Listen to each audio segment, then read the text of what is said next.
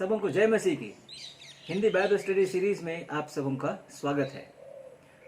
धन्य है वे जो धार्मिकता के भूखे और प्यासे हैं, क्योंकि वे तृप्त किए जाएंगे। मत्ती 5 अध्याय का 6 पद। हमारा आज का अध्ययन पहाड़ी उपदेश के इस पद पर आधारित है। आइए हम इस पद के अर्थ तथा व्यवहारिकता को समझने के लिए इस पर विस्तार से चर्चा करें। इस चर्चा को हम लोग 4 बिंदुओं पर केंद्रित करने वाले हैं। पहला, परमेश्वर की धार्मिकता।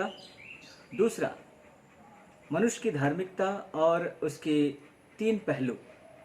तीसरा, धार्मिकता की भूख और प्यास क्या है और क्यों जरूरी है। और चौथा, धार्मिकता के भूखे और प्यासे धन्य क्यों हैं। भजन संहिता 145 का 17 ऐसा कहता है, यहोवा अपनी सब गति में धर्मी और अपने सब कामों में करुणामय है। The Lord is righteous in all his ways and faithful in all he does। यहाँ पर अगर इस वाक्य के क्रिया को हम देखते हैं तो वहाँ पे है is, है ना। ये परमेश्वर की प्रकृति को बताता है। वो अपने स्वभाव में, अपने चरित्र में वो धार्मिक है। धार्मिकता जब परमेश्वर के बारे में हम लोग बात करते हैं, ये परमेश्वर की चरित्रगत बात है, उसके अंदर से निकलती है। वो इसके अलावा कुछ हो नहीं सकता है। वो धार्मिक होने के अलावा कुछ नहीं हो सकता है। हिब्रू भाषा में जब हम देखते हैं, इब्रानी भाषा में इसके लिए 3 अलग अलग शब्दों का उपयोग किया गया है। बाइबल में जितनी बार परमेश्वर की धार्मिकता को बताया गया है, और ये तीनों शब्द इस प्रकार से हैं। पहला शब्द है सदीक, जिसका अर्थ है न्यायप्रिय, निर्दोष, सही, धर्मनिष्ठ और ईमानदार। Just, innocent, in the right, devote, upright. दूसरा जो शब्द है वो है सदाक। इसका हिंदी अर्थ है ईमानदारी, न्याय और न्यायपूर्णता। Honesty, justice and justness.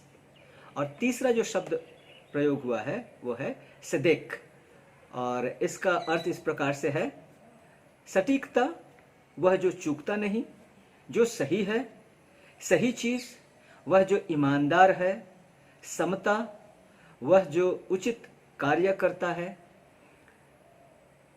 और इन सारी बातों को जो हम मिलाकर देखते हैं तो हम यही पाते हैं कि धार्मिकता कोई ऐसा कार्य नहीं है जो परमेश्वर करता है, बल्कि यह उसकी विशेष स्वभाव है, जिसके कारण वह एक धर्मी परमेश्वर है।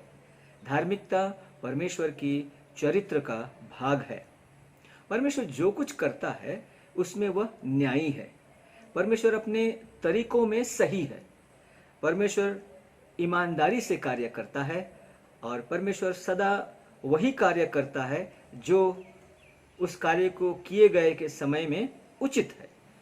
अब हम इस बात को देखेंगे कि धार्मिकता शब्द जब मनुष्य के लिए, मनुष्य के संदर्भ में उपयोग होता है, इसका अर्थ क्या है, ये क्या दर्शाता है। तो इसे अच्छी तरह से समझने के लिए आवश्यक है कि हम इस धार्मिकता शब्द के 3 पहलुओं को विचार करें जो मनुष्यों के लिए उपयोग होता है। पहला जो पहलू है वह एक कानूनी पहलू है, लीगल डायमेंशन कहा जाता है, जिसमें मनुष्य को धर्मी घोषित किया जाना। अंग्रेजी में हम कहते हैं being right with God. Romeo उसके 3 अध्याय के 23 और 24 पद कहते हैं, इसलिए कि सबने पाप किया है और परमेश्वर की महिमा से रहित हैं, परंतु उसके अनुग्रह से उस छुटकारे के द्वारा जो मसीह यीशु में है, सेंतमेंत धर्मी ठहराए जाते हैं। तो यहाँ पर धर्मी ठहराए जाना के बारे कहा गया है।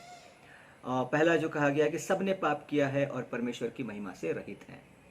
तो जब धर्मी घोषित करने की बात आती है तो एक विपरीत प्रश्न भी उठता है, क्यों धर्मी घोषित करना पड़ रहा है? अधर्म क्या हुआ कि अब धर्मी घोषित करना है? तो इसके लिए बाइबल हमें बताता है कि सृष्टि की शुरुआत में आदम और हवा ने परमेश्वर की आज्ञा न मानकर जो पाप किया, उस पाप के कारण से वो महिमा रहित हुए। अर्थात परमेश्वर जिस निष्पाप अवस्था में, जिस स्तर में आदम और हवा को रखा था सृष्टि करके, उस स्तर से वे गिर गए अनाज्ञाकारिता के कारण से। और इसलिए ये ज़रूरत आ पड़ा कि उन्हें धर्मी ठहराया जाना चाहिए। और यही एक लीगल डायमेंशन है। और बाइबल हमें ये भी बताता है कि जब हम यीशु मसीह के द्वारा बहाए गए क्रूस पर जो उसका खून जो बहाया गया बलिदान के स्वरूप, जब हम इस पर विश्वास करते हैं कि मेरे पापों को ये खून धो सकता है, और हम अपने पापों से पश्चाताप करके उसके हाथ में अपने आप को समर्पित करते हैं और यह निर्णय लेते हैं कि आज से मैं एक नया जीवन जीऊंगा, और उस जीवन में प्रभु यीशु मसीह ही हमारा प्रभु, हमारा सब कुछ होगा, जिसके देख रेख में, जिसके अगुवाई में हम अपना जीवन जिएंगे। जिस दिन हम ये निर्णय लेते हैं, बाइबल के अनुसार हमारा नया जन्म होता है, और उसी दिन हम धर्मी घोषित किए जाते हैं। सो पहला जो डायमेंशन है, पहला जो पहलू है, वो है कानूनी रूप से सही होना, परमेश्वर के साथ में सही होना, टूटे हुए संबंध को सुधारना। और उसके बाद दूसरा एक पहलू है जिसे हम मॉरल डायमेंशन कहते हैं। ये एक नैतिक पहलू है। इसका दूसरे प्रकार से अगर हम इसे कहें तो धार्मिक चरित्र अपनाना और उसमें बढ़ते जाना। जिस दिन हम धर्मी ठहराए गए, उसी दिन से एक नई जिम्मेवारी हमारी खड़ी होती है। जो धार्मिकता हम प्राप्त किए हैं उसे हम कायम रखें। हम परमेश्वर के साथ में एक सही संबंध में आए हैं, तो उस संबंध को हम कायम रखें, बनाए रखें। और यहीं पर हमारी जो नैतिक पहलू आती है, लेवी व्यवस्था, उसके 20 अध्याय के 26 पद में इस प्रकार से लिखा हुआ है, तुम मेरे लिए पवित्र बने रहना, क्योंकि मैं यहोवा स्वयं पवित्र हूँ, और मैंने तुमको और देशों के लोगों से इसलिए अलग किया है कि तुम निरंतर मेरे ही बने रहो। इफिसियों 5 अध्याय के 8 पद में भी इसी प्रकार की बातें हम देखते हैं जो पौल ने लिखा है, पौलुस ने, क्योंकि तुम तो पहले अंधकार थे, परंतु अब प्रभु में ज्योति हो, अब ज्योति की संतान के समान चलो। ये एक नैतिक धार्मिकता की पहलू हम यहाँ पर देखते हैं। हमें साफ किया गया है, हमें धर्मी घोषित किया गया है, धार्मिकता के एक नया स्तर हम प्राप्त किए हैं। इसलिए अब ये ज़रूरी है कि उस धार्मिकता को हम कायम रखें, बनाए रखें, अपने बोली, विचार, व्यवहार, सभी कार्यों के द्वारा। और यही हमारा नैतिकता की, धार्मिकता की जो दूसरी पहलू है, ये नैतिक पहलू। और तीसरा पहलू भी इसमें आता है, ये कानूनी पहलू और नैतिक पहलू जो है ये हमारे व्यक्तिगत जीवन, व्यक्तिगत हमारे और परमेश्वर के बीच के संबंध के बारे में आता है। लेकिन इसके साथ में एक सामाजिक पहलू भी है। जिस धार्मिकता को हमने अपनाया है, जिस धार्मिकता के जीवन में जी रहा हूँ नैतिक मूल्यों के साथ में, उसका प्रभाव समाज में, हमारे जितने भी सामाजिक रिश्ते हैं, पारिवारिक हो सकते हैं, परिवार के बाहर हो सकते हैं, अपने नौकरी के क्षेत्र में हो सकते हैं, जहाँ भी है, हर क्षेत्र में इसका प्रभाव का एक क्षेत्र होता है जिसमें इसका उपयोग होना भी उतना ही जरूरी है। यशायाह के पुस्तक उसके 58 अध्याय के 6 पद में इस प्रकार से लिखा हुआ है, जिस उपवास से मैं प्रसन्न होता हूँ। उपवास भी एक धार्मिकता के कार्य के रूप में गिना जाता है। मत्ती के पुस्तक उसके 6 अध्याय में प्रभु यीशु मसीह धार्मिकता के कार्यों के बारे में बात करते हुए जब उन्होंने कहा, उस समय उपवास के विषय में उसने कहा, प्रार्थना, दान देना और उपवास।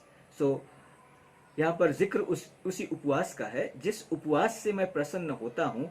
वह क्या यह नहीं है कि अन्याय से बनाए हुए दासों और अंधेर सहने वालों का जुआ तोड़कर उनको छुड़ा लेना और सब जुओं को टुकड़े टुकड़े कर देना। हम जहाँ भी हैं उस जगह जिस धार्मिकता को हमने अपनाया है उसका प्रभाव दिखनी चाहिए। अगर मैं किसी स्कूल में शिक्षक हूँ तो मेरे क्लास के सभी बच्चों के प्रति मुझे एक न्याय, निष्पक्षता अपनाने की आवश्यकता है। क्यों? क्योंकि मैंने एक नई धार्मिकता के रास्ता को अपनाया है। धर्मी मुझे घोषित किया गया है और नैतिक रूप से मैं उस धार्मिकता को प्रतिदिन जी रहा हूँ, इसलिए वो दिखने की आवश्यकता है। उसी प्रकार से हमारे दैनिक जीवन में हम जब कभी अन्य लोगों के साथ किसी प्रकार के हमें बर्ताव करना पड़ता है या संबंध रखना पड़ता है या व्यवहार करना पड़ता है, उन सारे क्षेत्रों में भी ये जो धार्मिकता की बात है जो हमारे जीवन में हमने पाया है, इसका उपयोग होना जरूरी है। इस प्रकार से हम देखते हैं जब मनुष्य के संदर्भ में धार्मिकता का उपयोग होता है, इसके 3 पहलू हैं: कानूनी पहलू, नैतिक पहलू और सामाजिक पहलू। धार्मिकता की भूख और प्यास क्या है और क्यों जरूरी है? पहली बात, धार्मिकता की जो भूख और प्यास है, ये धार्मिकता के लिए एक विशेष प्रकार की उत्सुकता है। धार्मिकता की तीव्र इच्छा है ना, वो इच्छा जो भीतर से आती है। धार्मिकता की खोज करना और धार्मिकता की हर बातों को अपनाना, ये एक ऑप्शन के रूप में नहीं, लेकिन एक चॉइस के रूप में हम बहुत ही उत्सुक होकर, बहुत ही उत्कट एक इच्छा लेकर, तीव्र एक इच्छा लेकर हम इसमें शामिल होते हैं। यूहन्ना का सुसमाचार उसका 1 अध्याय के 12 और 13 पद इस प्रकार से कहता है, परंतु जितनों ने उसे ग्रहण किया, उसने उन्हें परमेश्वर की संतान होने का अधिकार दिया, अर्थात उन्हें जो उसके नाम पर विश्वास रखते हैं। वे न तो लहू से, न शरीर की इच्छा से, न मनुष्य की इच्छा से, परंतु परमेश्वर से उत्पन्न हुए हैं। तो ये पद के अनुसार हम पाते हैं, जब हम प्रभु में होते हैं, प्रभु में हमने एक नया जन्म पाया है, तो हमारा एक पहचान हम पाते हैं। और वो पहचान क्या है? परमेश्वर के संतान की, परमेश्वर के बेटे या बेटी की पहचान। तो जब हम परमेश्वर के बेटा या बेटी हैं, तो जाहिर है हमारे जीवन से उसका स्वभाव दिखना चाहिए। और इसीलिए ये धार्मिकता की जो भूख और प्यास है, ये बहुत ही जरूरी है हमारे लिए। यूनानी व्याकरण के अनुसार जब हम इस पद को देखते हैं, तो यहाँ पर पार्टिसिपल फॉर्म का इस्तेमाल हुआ है, जिसका जो मतलब अर्थ निकलता है वह है कि ये धार्मिकता की जो भूख और प्यास जो कहा गया है, ये हर दिन हमारे जीवन में होने की आवश्यकता है। इसकी एक निरंतरता दिखाता है ये। सो धार्मिकता की जो भूख और प्यास है, ये हमारे आत्मिक स्वास्थ्य के लिए अनिवार्य है। जैसे शारीरिक स्वास्थ्य के लिए हमारा शारीरिक भूख और प्यास बहुत ही महत्वपूर्ण है। आप जब बीमार होते हैं, डॉक्टर के पास जाते हैं, डॉक्टर आपसे पूछते हैं कि भाई आपका भूख कैसा लग रहा है, भूख लगता है नहीं लगता है, प्यास लगती है नहीं लगती है, क्योंकि भूख और प्यास का हमारे अच्छे स्वास्थ्य के साथ में एक गहरा संबंध है। अगर भूख और प्यास सही रूप से लग रहा है, तो इसका मतलब है आपका जो डाइजेस्टिव सिस्टम है वो ठीक है और सेहत सही है। और अगर वो नहीं है तो फिर कुछ गड़बड़ी है। उसी प्रकार से अगर धार्मिकता की भूख और प्यास मेरे अंदर नहीं है, उसका मतलब यही निकलता है कि मेरी आत्मिक सेहत ठीक नहीं है। मैं हर बात में प्रगति कर रहा हूँ, संभव है, मैं आगे बढ़ रहा हूँ, ज्ञान में आगे बढ़ रहा हूँ, पैसा कमाने में आगे बढ़ रहा हूँ, सब कुछ ठीक ठाक है, लेकिन मेरी आत्मिक सेहत जो है वो सही नहीं है।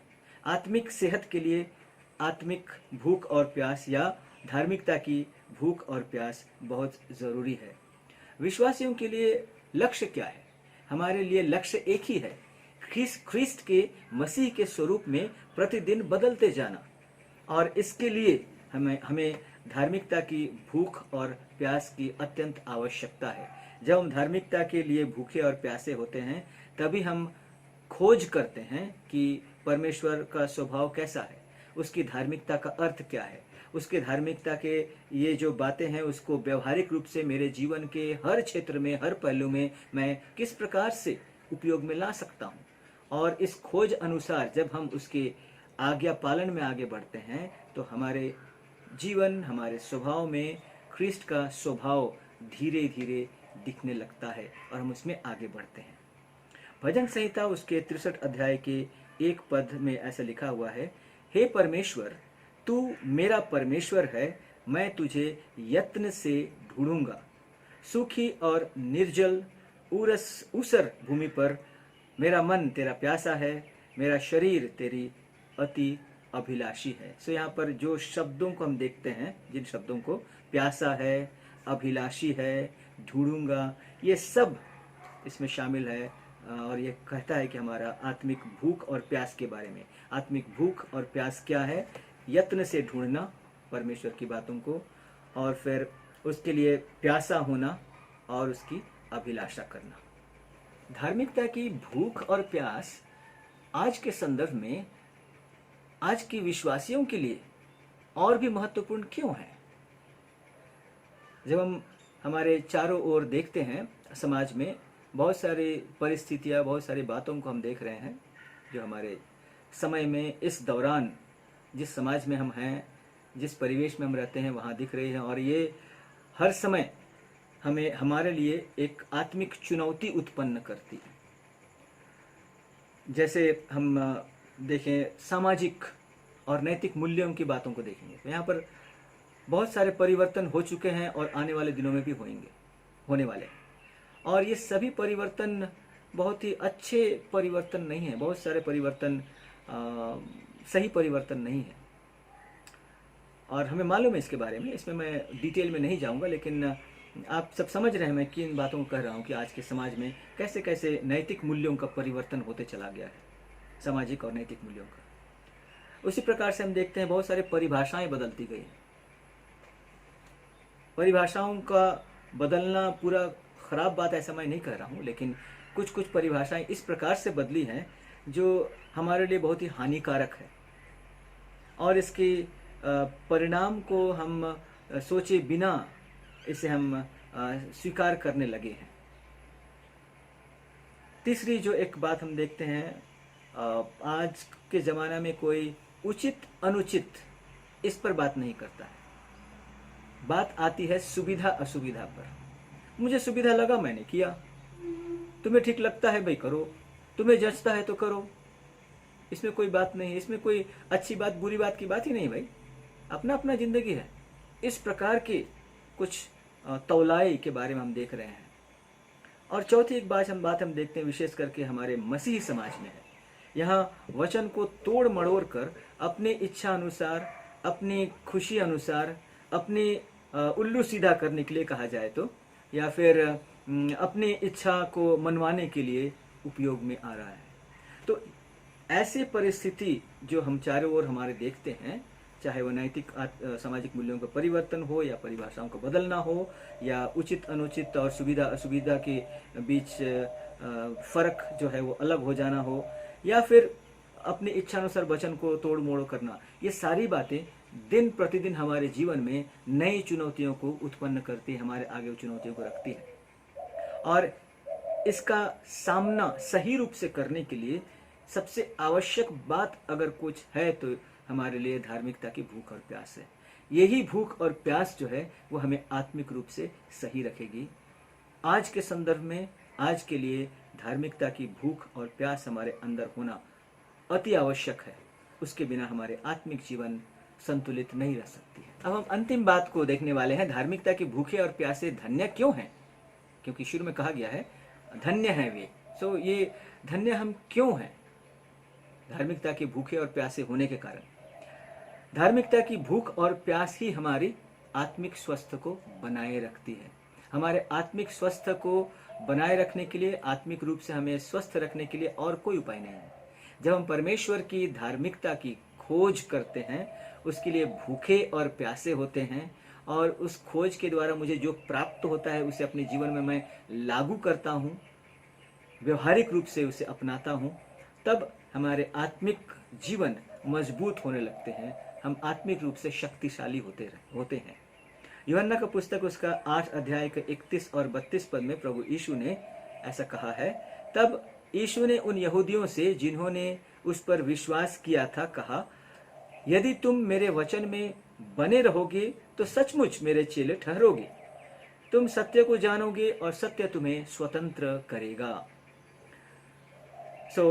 धार्मिकता की भूख और प्यास जो है ये हमें संसार की हर बंधन से स्वतंत्र करते हुए हमारे आत्मिक जीवन में आगे बढ़ने में हमारी सहायता करता है। दूसरा कारण, धार्मिकता की भूखे और प्यासे धन्य क्यों है? धार्मिकता की भूख और प्यास हमें स्थिरता प्रदान करती है। दुनिया बहुत ही अस्थिर है, हर प्रकार के विचार, नए नए विचार आ रहे हैं। बहुत सारे लोग इन विचारों के कारण इधर से उधर होते हैं, उनके जीवन अस्थिर हो जाते हैं। ऐसे अस्थिरता के बीच में अगर हम सचमुच स्थिर होके अपने लक्ष्य की ओर अच्छी तरह से बढ़ना चाहते हैं तो हमारे लिए धार्मिकता की भूख और प्यास अत्यंत आवश्यक है। भजन संहिता उसके 112 पद के 12 अध्याय के 6 पद में ऐसा लिखता है, वह तो सदा तक अटल रहेगा, धर्मी का स्मरण सदा तक बना रहेगा। यहाँ धर्मी जन के बारे में, धार्मिकता की खोज करने वाले के बारे में कहा गया है कि वो सदा तक बना रहेगा। एक स्थिरता दिखाती है, चाहे कितना भी परिवर्तन क्यों ना हो जाए, चाहे नैतिक मूल्यों में और सामाजिक मूल्यों में, हर प्रकार के मूल्यों में परिवर्तन कितना भी क्यों ना हो जाए, लेकिन जो परमेश्वर की धार्मिकता की खोज करता है वो अंत तक स्थिर बना रहता है। कभी कभी वो अकेला हो जाता है। हो सकता है कि आपके जितने भी क्रिश्चियन मित्र हैं वो कुछ सांसारिक जो ट्रेंड है उसमें पीछे चल पड़े होते हैं, आप अकेले पड़ जाते हैं, लेकिन फिर भी आप हौसला नहीं छोड़ते हैं और आप अंत तक उस पर बने रहते हैं, स्थिर रहते हैं। तीसरा और अंतिम बात जो हम देखते हैं इस पर, धार्मिकता के भूखे और प्यासे, वचन में ही कहा गया है इसी पद में, वे तृप्त किए जाएंगे। ये एकदम गारंटेड है। और सभी भूख तृप्त होते हैं या नहीं होते हैं, उसमें तृप्ति मिलती है नहीं मिलती है, मैं नहीं जानता हूं, लेकिन वचन हमें स्पष्ट रूप में बताता है कि धार्मिकता के लिए जो भूख और प्यास है उसके लिए एक डेफिनेट जवाब है, और उसका जवाब है तृप्ति। जब हम सचमुच धार्मिकता के लिए भूखे और प्यासे होते हैं, हम तृप्त किए जाते हैं, परमेश्वर हमें तृप्त करते हैं। जैसे जैसे हम अपने धार्मिकता के भूख और प्यास के कारण परमेश्वर के बारे में जानने लगते हैं, उसके चरित्र को जानते हैं, उसके स्वभाव को जानते हैं, उसे अपनाने लगते हैं, हमारे जीवन में दिन प्रतिदिन हमें एक सेटिस्फैक्शन का अनुभव होता है, हमें संतुष्टि की अनुभव होती है और हम आगे बढ़ते आते हैं। धार्मिकता के भूखे और प्यासे होने के कारण ये सारी बातें हमारे जीवन में होती है, और इसलिए धार्मिकता की जो भूख और प्यास है ये हमारे लिए बहुत ही फायदे की बात है, क्योंकि इन सारी बातों से हमें लाभ पहुंचता है। इसीलिए धार्मिकता के भूखे और प्यासे जन को धन्य कहा गया है। अंतिम एक सवाल और मैं पूछना चाहता हूं, धार्मिकता के भूखे और प्यासे होने के लिए हम कैसे क्वालिफाई करें, कैसे ये भूख में हम बने रहने सकते हैं? क्या अपने प्रयास में ये संभव है? क्या आज से मैं अगर निर्णय लेता हूँ, चलो मैं आज धार्मिकता के भूखे और प्यासे होने के लिए काम करूंगा, धार्मिकता के भूख और प्यास में आगे बढ़ूंगा, सोचने के साथ साथ क्या यह संभव है मेरे जीवन में? तो इसके लिए क्वालिफाई करने की जो बात है वो कैसे हो सकता है? वचन में ही देखें, मत्ती के पुस्तक उसके 5 अध्याय उसके 3, 4 और 5 पद, जो ये 6 पद से पहले आते हैं, वहां क्या लिखा गया है? धन्य है वे जो मन के दीन है, क्योंकि स्वर्ग का राज्य उन्हीं का है। 4 पद में है, धन्य है वे जो शोक करते हैं, क्योंकि वे शांति पाएंगे। 5वां पद है, धन्य है वे जो नम्र हैं, क्योंकि वे पृथ्वी के अधिकारी होंगे। अगर ये तीनों बातें मेरे जीवन में पूरी हो चुकी है, अर्थात मन की दीनता, पाप के कारण की वो दीनता मैंने अनुभव किया है और मैं पश्चाताप किया हूँ, पश्चाताप के आंसू, पश्चाताप के शोक में मैं शोक से गुजरा हूँ, और फिर मेरे जीवन में नम्रता की शुरुआत हुई है, तब निश्चय ही मैं धार्मिकता के लिए भूखा और प्यासा हो सकता हूँ। अगर ये सारी बातें मेरे जीवन में नहीं हुई है, तो अपने प्रयास से जिस धार्मिकता की भूख और प्यास के बारे में प्रभु यीशु मसीह ने कहा है वो संभव नहीं है। आइए हम प्रभु से यही मांगे कि हमारे अंदर भी वो धार्मिकता की भूख और प्यास जगे और बनी रहे, ताकि हम उसके इच्छा अनुसार के जन होके आगे बढ़ने पाए। प्रभु आप सबों को आशीष दे।